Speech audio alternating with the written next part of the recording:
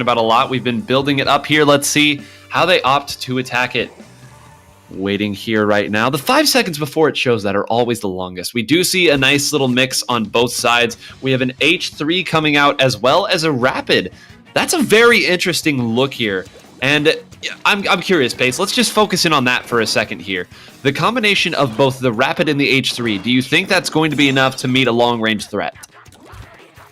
I do think that it actually does, it fulfills pretty much all the requirements of everything that I've been explaining before. They do have a team that's very set up to not only kind of dominate the rooftop gameplay, but at the same time, it just means like they have the extra support that they need. The H3 being able to bring a lot of armors into this match, and not only just kind of establish a bit of a dominating presence, but just kind of like, I mean, you can even see it just for now. Like 3 members just on the opposing team do go down, and it seems like Ragna is just kind of doing this amazing job of just holding down both ground and the ceiling. Yeah, you can just see him going back and forth. There are just 30 seconds left, even less now, on their timer, and no one is able to get in. We see the inkjet coming out. Is he able to stop them? He's not able to ink enough. We see 2 people coming out, but it might be too late. This is a very difficult zone to take, as we said right here. There was some paint there. I don't think it's going to be enough, though. And that was just clinical in terms of how you play that map. We saw some flanks on screen. We, of course, saw the long-range threat, and we saw the mid-range pressure as well. That is exactly how you play it, and I hope there's an answer that they come up with here pretty quick, because that was clinical, surgical even.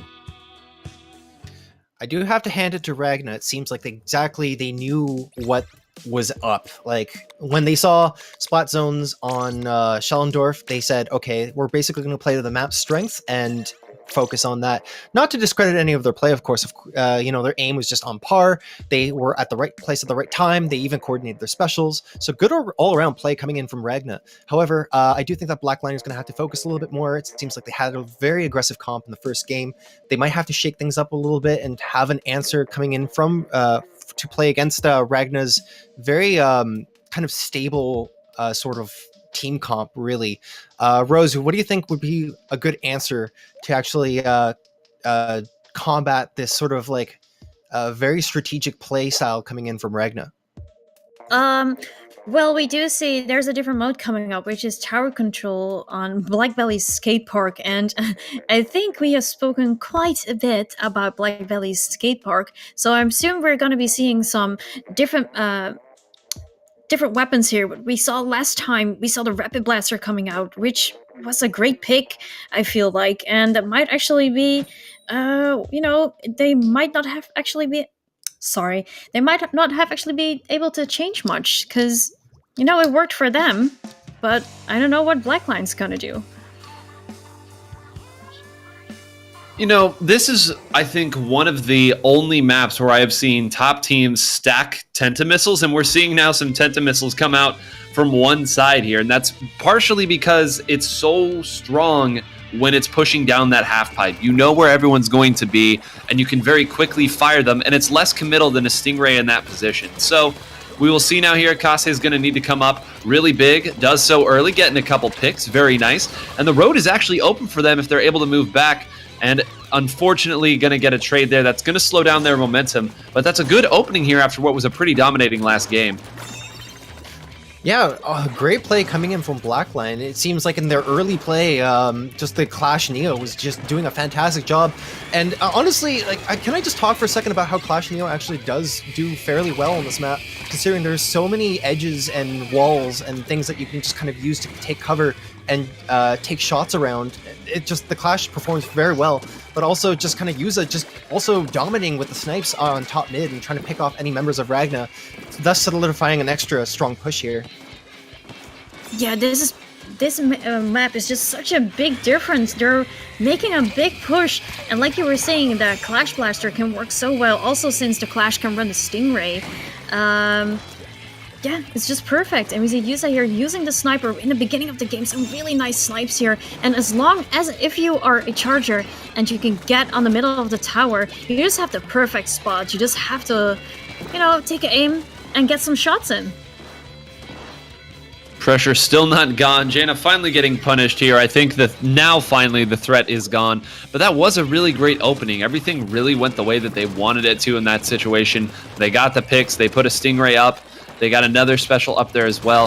If they were able to stay alive just a little bit longer on the tower, they actually had someone who was already pushed up and spawned. So that might have been enough. But now, what do they need to do to defend? Pace, this is always scary. Everyone can play offense on this map, but how do you play defense? It's very difficult to say, especially with Gallons coming in with the clutch Stingray just on the back line right here, covering the half-pipe. Right now, Blackline's going to have to double down and try to see if they can take out their back line right here. My mistake. But yeah, they did manage to get that lead, and there's so much crazy pressure that happens in the half-pipe right here, and I think that might be it. Yeah, their intro was just so well done. But the push at the end, it was over, just like that. That was about like we expected. Honestly, if you were going to write up how a Blackbelly tower control goes, it's like that. A team gets a big opening at the start, and then a counter push comes in, and it's just too much. It's almost it's almost an afterthought that a push will get defended and stopped because it's so easy to push through like that. And credit bringing that up as a double Stingray. Bringing a double Stingray into a map like that doesn't always seem like it makes a ton of sense because, of course, it's a small map and Stingray is very committal. But again, alternating Stingrays allows you to get safe damage from wherever you are on the map. So, again, a great response. Like you said, it was a great opening there, but they couldn't play the defense. And now, 2-0. This is very close to bringing out the broom. I actually want to highlight one player there. Promo was actually not only a bit of an MVP there and stopping Blackline's push, which I think they got in their mid-20s, I believe, but then just being super instrumental with that sloshing machine, being able to actually get as many picks in mid before actually catching up with the tower and just kind of facilitating that push towards the end there. Great play actually coming in from Ragna. And right now we're going to be pulling into the fourth map, which is going to be Rainmaker on Arowana Mall. Oh, wait. Hold on. Did I get that right? We're going to be looking at Climblets on Sturgeon Shipyard, actually. And that is a map and a mode that we've already seen together, right? Yes, you are correct. And we saw, the power of the Tensabrella and moving that up with a Hydra. We saw exactly that the last time that we came through there. So we will see if that is, again, I don't think either one of these teams has brought out a Tensabrella so far this set. It's been a little bit more conventional. Maybe they try to do something a little different. Yeah, I assume we might be seeing some Splatlinks again, but yeah, like you were saying, I haven't seen any Tentarellas. I'm not sure if any of these players are really comfortable with it.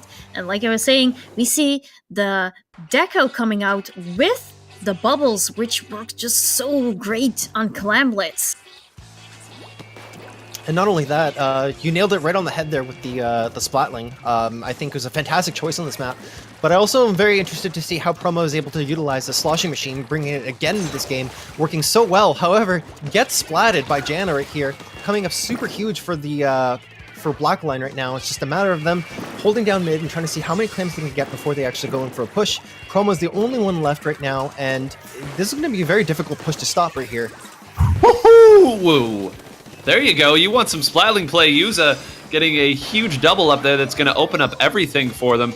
You see the baller pushing in there. They've shuffled the clams around. They're going to get that jump going and landing safely and soundly. And they're actually getting a wipe here, just giving Kase the chance, and Yana as well, to just like freely throw in some clams, and the other team just doing their best to respawn as fast as possible and make their way back in the game, because otherwise it's over very soon.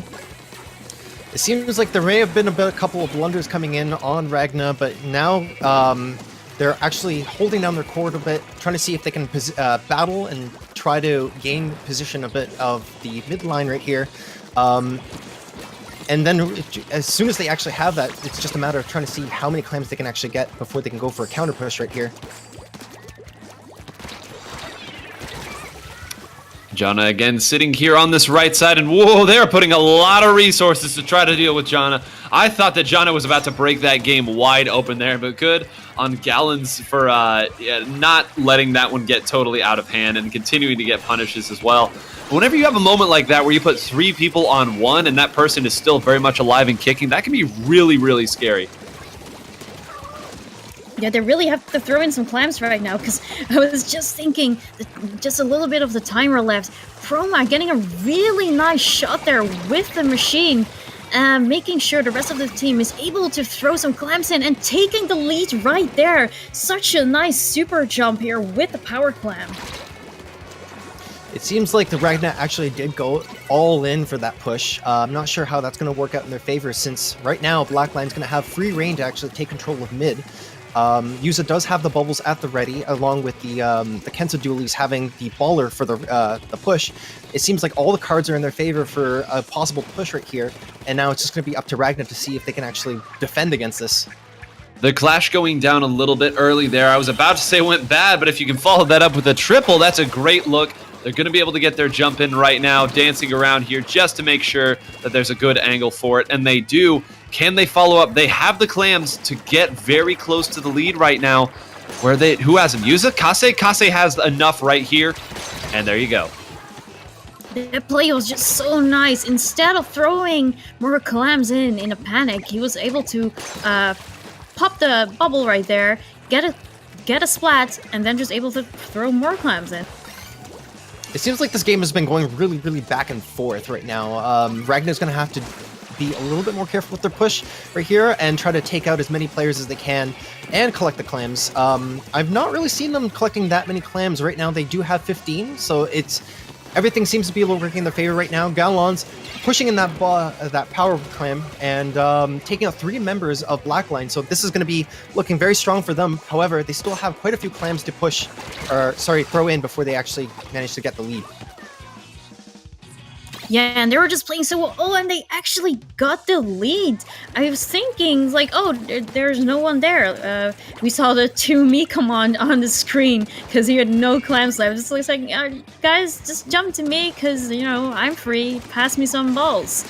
Or, well, clams. And, well, they absolutely took it right there. And with just less than a minute left on the timer, yeah, they really have to work hard to take it back right here, because both teams have around the same penalty. You said it right there, back and forth and back and forth. And, one of the reasons why this map is even on this list is because it's just kind of open season. You can kind of throw clams in from wherever you'd like. You can set a jump in, and there's enough room to move around that you can actually build up clams very, very easily. So another break on the barrier here. Any more points in this one might get knocked out. Oh, Gallons has been playing a heck of a game here. Shoutouts to Gallons here on that rapid, even though I know currently sitting in spawn, but still 12 seconds left. That was a very risky break because now the power clam is on the other side and they have the resources they need to win in just those 2 power clams. Oh, 3 power clams coming in from Blackline. This actually might be their game, but right now they don't have any specials, so they have to actually sit it here in mid, trying to build up as much as they can. Now they have 3 specials at the ready, but it is overtime. The clock is ticking, and Yuza has to make a play right here. Unfortunately, goes down, drops one of the power clams, and that is going to be game. They were so close right there. They had so many power clams, but Team Ragna was just able to defend so well.